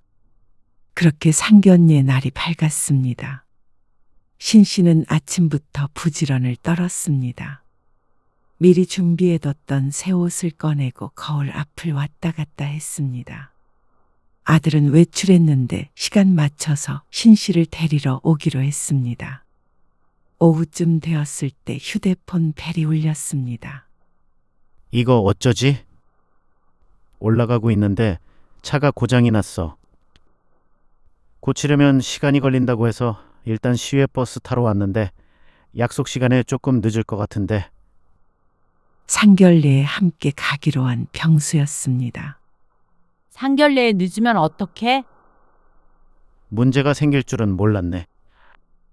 지방에 갔다가 오늘 일찍 올라온다고 했는데 예기치 못한 일로 늦는다고 했습니다. 사돈을 처음 만나는 자리인데 지각을 하면 도대체 뭐라고 생각할지, 괜히 아들이 책 잡히진 않을지 걱정됐습니다. 하지만 당장 할 수 있는 일이 없기에 일단 전화를 끊었습니다. 신 씨라도 빨리 가야겠다 싶어서 아들에게 전화를 해서 재촉했습니다. 그래서 신 씨와 아들은 약속 장소에 제 시간보다 30분이나 일찍 도착하게 되었습니다. 그렇게 10분 정도 앉아 있는데 별실의 문이 열렸습니다. 지수와 함께 사돈 내외가 도착했습니다. 단정한 차림의 품위가 느껴지는 것 같았습니다. 안녕하세요. 현우 엄마입니다. 어머, 먼저 와 계셨네요. 반갑습니다. 저는 지수 엄마예요. 저는 지수 아빠 이충식입니다. 서로 인사를 나눈 후 다시 자리에 앉았습니다. 그런데 안사돈이 주변을 둘러보며 물었습니다. 아버님은 아직 안 오셨나요? 아, 그게 출장에서 오는 길인데 비행기가 연착이 돼서요. 조금 늦을 것 같다네요. 죄송합니다. 첫 만남에. 아이고, 미국에서 바로 오시는 거예요?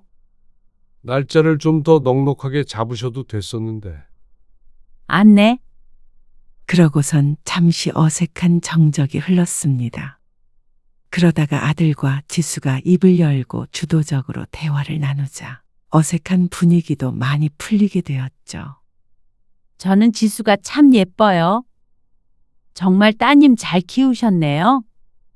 저도 이런 딸 있으면 참 좋았겠어요.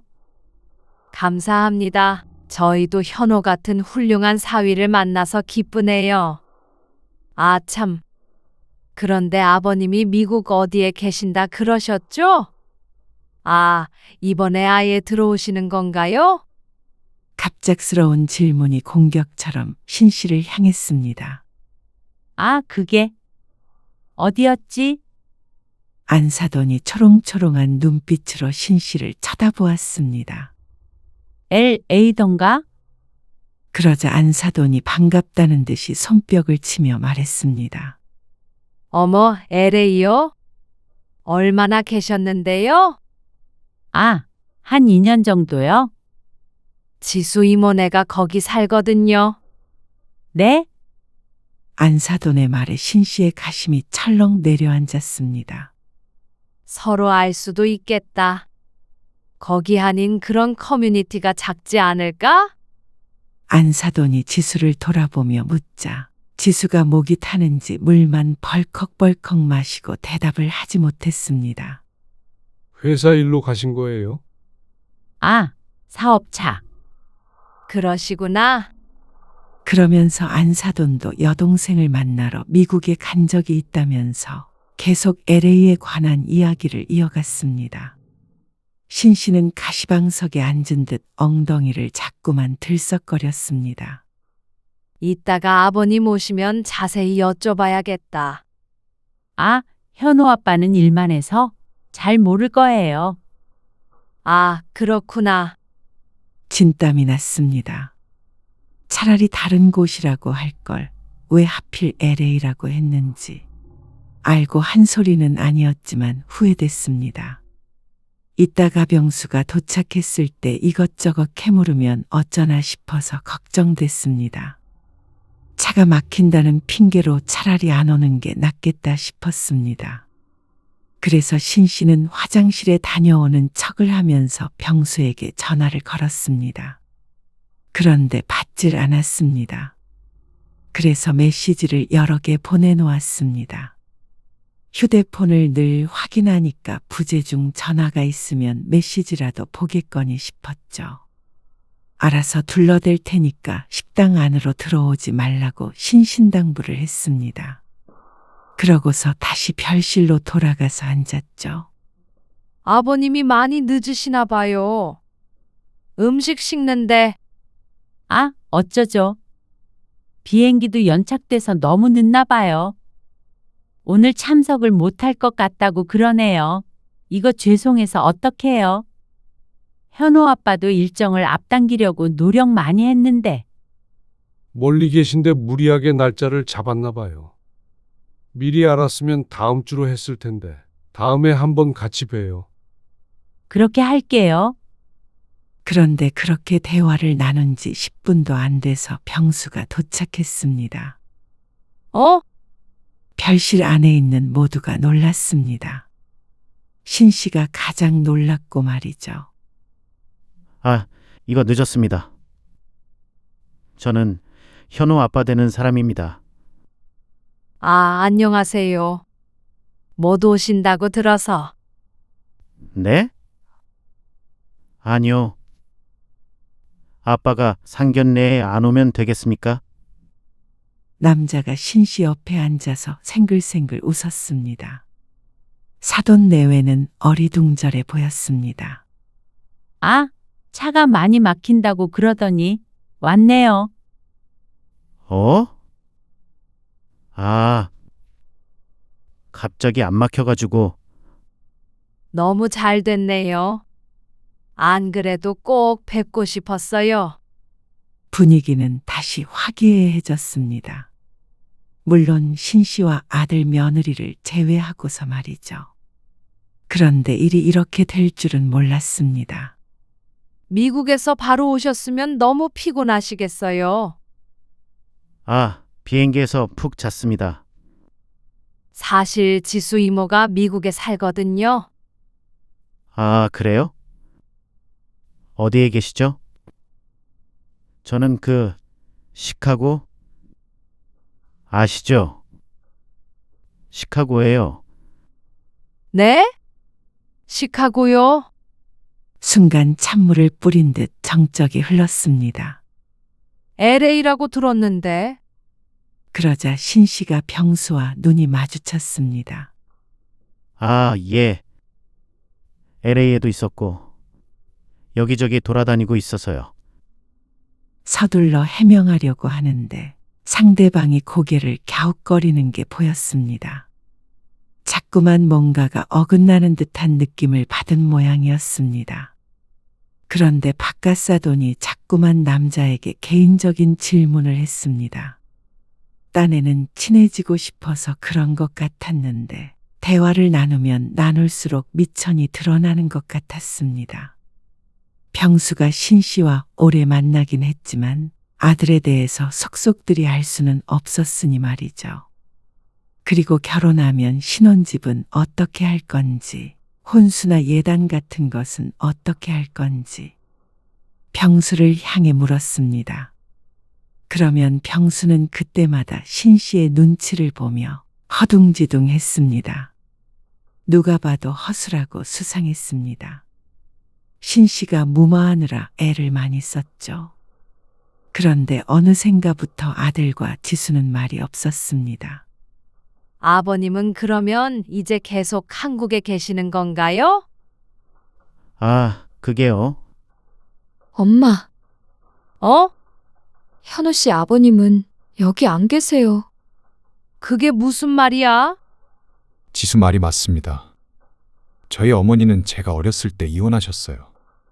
그때부터 아버지와 연락한 적 한 번도 없이 남처럼 살았습니다. 그래서 결혼식에도 오지 않으실 거고요. 정적이 흘렀습니다. 신 씨는 귀신이라도 본 것 같은 표정으로 아들을 쳐다보았습니다. 아들이 어떻게 이렇게 자신을 배신할 수 있나 싶었습니다. 이렇게 되면 지금까지 애써서 말을 지어낸 신 씨의 노력이 뭐가 되나 싶었습니다. 신 씨가 눈을 크게 뜨고 아들을 쳐다보았습니다. 아니, 그럼 이게 무슨 말이야? 그럼 여기 계신 분은 누구? 저희 어머니랑 만나고 계신 분이에요. 어머, 그러면 지금까지 하신 말씀이 다 거짓말이었다는 건가요? 박간사돈의 불편함이 가득 담긴 목소리에 신 씨가 애써 대꾸했습니다. 그게 아무래도 이혼했다고 하면 인식이. 아니, 그걸 지금 말씀이라고 하세요? 어떻게 상견례에 다른 사람까지 데리고 와서 속일 생각을 하시는지. 기가 막히다는 듯이 물을 벌컥벌컥 마시는 모습에 신 씨는 눈을 질끈 감았습니다. 죄송합니다. 처음부터 나쁜 마음으로 그런 건 아니었지만 다 제 잘못이에요. 아들이 고개를 숙였습니다. 하지만 사돈 내외는 단단히 화가 난 것 같았습니다. 그러니까 이혼하고 혼자 아들을 키우셨는데 그렇게 말하면 저희가 반대라도 할까봐 거짓말 하셨다는 말씀이시잖아요. 그게 아니고 그게 맞는 것 같은데요. 지금 상황이 저는 너무 이해가 안 되고 불쾌하네요. 엄마, 죄송해요. 너는 집에 가서 얘기하고 이거 상견례를 이대로 진행할 수는 없겠어요. 그게 무슨 말씀이세요? 아무것도 달라진 게 없잖아요. 달라진 게 없다니요. 이번 상견례는 없던 걸로 하죠. 저희도 생각을 정리할 시간이 필요해요. 그러자 신 씨의 가슴에 불길이 일었습니다. 우리 현호가 이혼 가정에서 커서 마음에 걸리시는 건가요? 신 씨가 따져 물었습니다. 그러자 안사돈은 고개를 저으며 말했습니다. 미리 말씀을 안 하시고 속이 부분이 더 문제죠. 그러니까 그건 더 문제고 어쨌거나 이혼한 것도 문제가 된다는 말씀이시잖아요. 아니 어떻게 그렇게 말꼬리를 잡으세요? 지금 직접 그렇게 말씀하신 거잖아요. 거보세요. 이래서 제가 숨기려고 했던 거예요. 다들 색안경을 끼고 보니까 우리 현호 가정교육 못 받았다고 하니까. 그러자 사돈이 한숨을 쉬었습니다. 그런 생각해 본 적 없어요. 그건 모르겠고 지금 현호 어머님이 대단히 큰 실수를 하셨다는 건 알겠습니다. 이런 큰 거짓말을 하시는 분이 다른 건 또 거짓말 안 하셨을지 어떻게 알아요? 아니, 현호가 이혼을 한 것도 아니고 제가 이혼을 한 건데 그걸 왜 꼭 솔직하게 말해야 하죠? 그건 제 마음이잖아요. 사생활이고. 가족 관계를 솔직하게 말 못하는데 어떻게 사돈을 맺습니까? 묻지 않아서 먼저 말하지 않는 것과 적극적으로 속인 것은 엄연히 다르죠. 그리고 색안경 낄까봐 그랬다고 하시는데 어머님 모습 보니까 없던 편견도 생길 것 같네요. 지금 이혼했다고 상견례 없던 일로 하자고 그러시는 거잖아요. 그리고 기독교라고 하셨잖아요. 그러면 당연히 이혼 가정을 싫어하실 거 아닌가요? 요점이 그게 아니죠. 저희는 그걸 속인 부분이 잘못됐다는 겁니다. 그리고 오히려 편견을 가지고 마음대로 상대를 판단하고 계신 건 그쪽인 것 같네요. 아니에요. 지금까지 살면서 얼마나 서름을 받았는 줄 아세요? 이혼 가정이라고. 아빠 없는 아이라고요. 엄마, 제발 그만해요. 부탁이에요. 아들의 목소리가 떨렸습니다. 이만 일어나시죠. 추후의 이야기는 애들 통해서 합시다. 이 결혼 이대로 엎으시려는 건가요? 그건 생각을 좀 해봐야겠네요. 저희 아들이 뭘 잘못했다고요? 그저 부모가 이혼했다는 이유만으로 차별받아야 해요? 도저히 말이 안 통하네요. 결국 다 똑같아요. 이럴 줄 알았어요. 하지만 이미 상황은 돌이킬 수 없는 지경에 이르렀습니다. 남자는 난감한 표정으로 앉아 있었고 아들은 망연자실한 표정으로 서 있었습니다. 그리고 지수 가족은 문을 열고 나갔습니다. 결국 신 씨는 테이블 앞에 앉아 허탈한 한숨을 쉬었습니다. 엄마, 진짜 엄마가 원한 게 이거였어요? 너희가 거기에서 폭로만 안 했어도 이렇게 안 돼. 아저씨까지 불러서 엄마가 얼마나 노력했는데. 그게 노력이에요? 그게 저를 위한 거라고요? 아니에요. 엄마가 망친 거예요. 그러자 신 씨의 눈앞이 빨갛게 변하는 기분이었습니다. 아들마저도 자신의 탓을 했습니다. 신 씨의 모든 행동은 오로지 아들만을 위한 것이었습니다. 아들 서럽지 말라고, 원하는 결혼하라고. 그래서 신 씨도 말도 안 되는 줄 알지만 이런 일을 벌인 것이었습니다. 그런데 그걸 자신들이 망쳐놓고는 신 씨의 탓을 하다니요. 신 씨는 원통했습니다. 그리고 사돈 내외도 원망스러웠습니다. 신 씨가 어째서 그런 거짓말을 했는지 알게 됐으면서도 결혼을 다시 생각해 봐야 한다니. 거짓말을 해서 파혼을 하겠다는 건 핑계일 뿐인 듯 했습니다. 현호를 사윗감으로 마음에 들어 했다면, 이혼 가정에서 자란 것이 전혀 상관이 없다면, 결혼을 다시 생각해 보겠다는 말까지 꺼낼 이유가 없으니 말이죠. 신 씨는 자리에서 벌떡 일어났습니다. 그리고 문을 열고 나가서 주차장으로 향했습니다. 뒤에서 아들이 부르는 소리가 들렸지만 신 씨는 걸음을 재촉해서 주차장에 도착했습니다. 주위를 두리번거리자 막 출발하는 차가 보였습니다. 그런데 그 차가 신 씨를 보더니 섰습니다. 아마 지수의 가족인 듯 했습니다. 신 씨가 가로막자 차에서 바깥 사돈이 내렸습니다. 선생식이나 했다는 사람들이 이러는 거 아니에요. 우리 현호 어디다 내놓기 아까운 신랑감이에요. 그거는 부정 못 하시겠죠? 학벌도 좋고 직장도 좋아요. 앞으로 헐헐 날아갈 일밖에 없는 애예요. 이참에 다른 며느리 알아보렵니다. 부모가 꽉 막힌 걸 보니까 자식도 그러겠죠? 지수도 선생님이잖아요. 이 결혼 내가 엎어요. 엄마, 아들이 혼비백산에서 뛰쳐나왔습니다. 왜 이러시는 거예요? 왜 자꾸만 일을 악화시키세요? 너도 마음 고쳐 먹어라.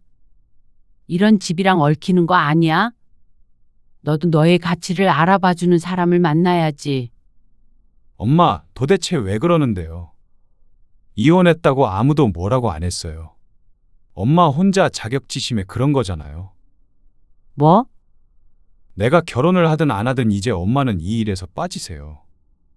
신 씨는 크게 충격을 받았습니다. 설마 아들이 자신에게 이런 말을 할 줄은 몰랐습니다. 저리 가세요. 차 지나가게. 엄마 때문에 이 결혼하고 싶어도 못할 것 같아요. 그리고 그건 전부 엄마 탓이에요. 현호야, 혹시라도 결혼을 하게 된다고 하더라도 안 오셨으면 좋겠어요.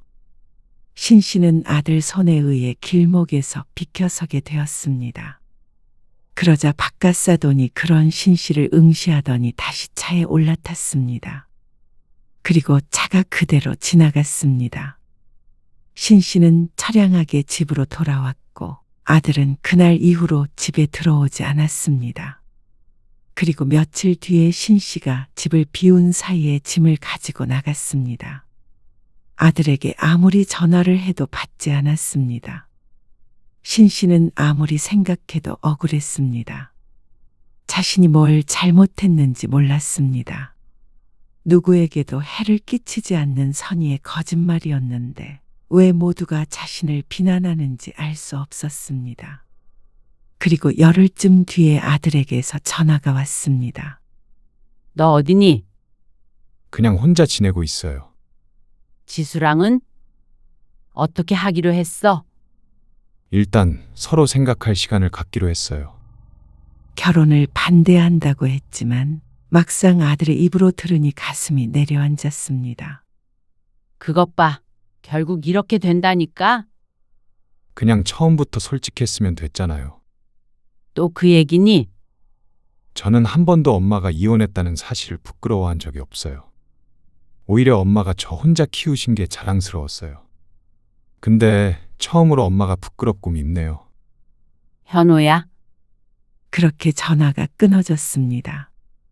그 뒤로 아들은 또 전화를 받지 않았습니다. 결혼을 안 하기로 결정했다는 연락도 아니면 화해하고 다시 만나기로 했다는 연락도 없었습니다. 그리고 한 달쯤 지났을 때 메시지를 받았습니다.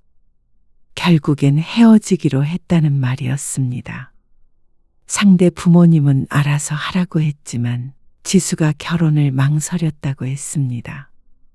딱 그렇게 적혀 있었는데 어쩐지 아들이 자신을 비난하고 있는 것만 같아서 신 씨는 두려운 마음이 들었습니다. 이대로 아들과의 연도 끊길 것 같았습니다. 아들은 아주 나중에 연락을 하겠다고 마지막 메시지를 보냈습니다.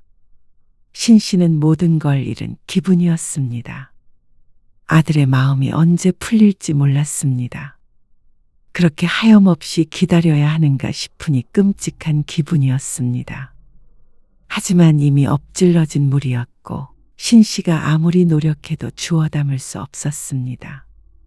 때로는 자신의 마음을 헤아려 주지 못하는 아들을 원망하고 때로는 그 순간 참지 못했던 스스로를 욕하고 때로는 아들을 그리워하며 그렇게 신 씨의 시간이 느리게 흘렀습니다.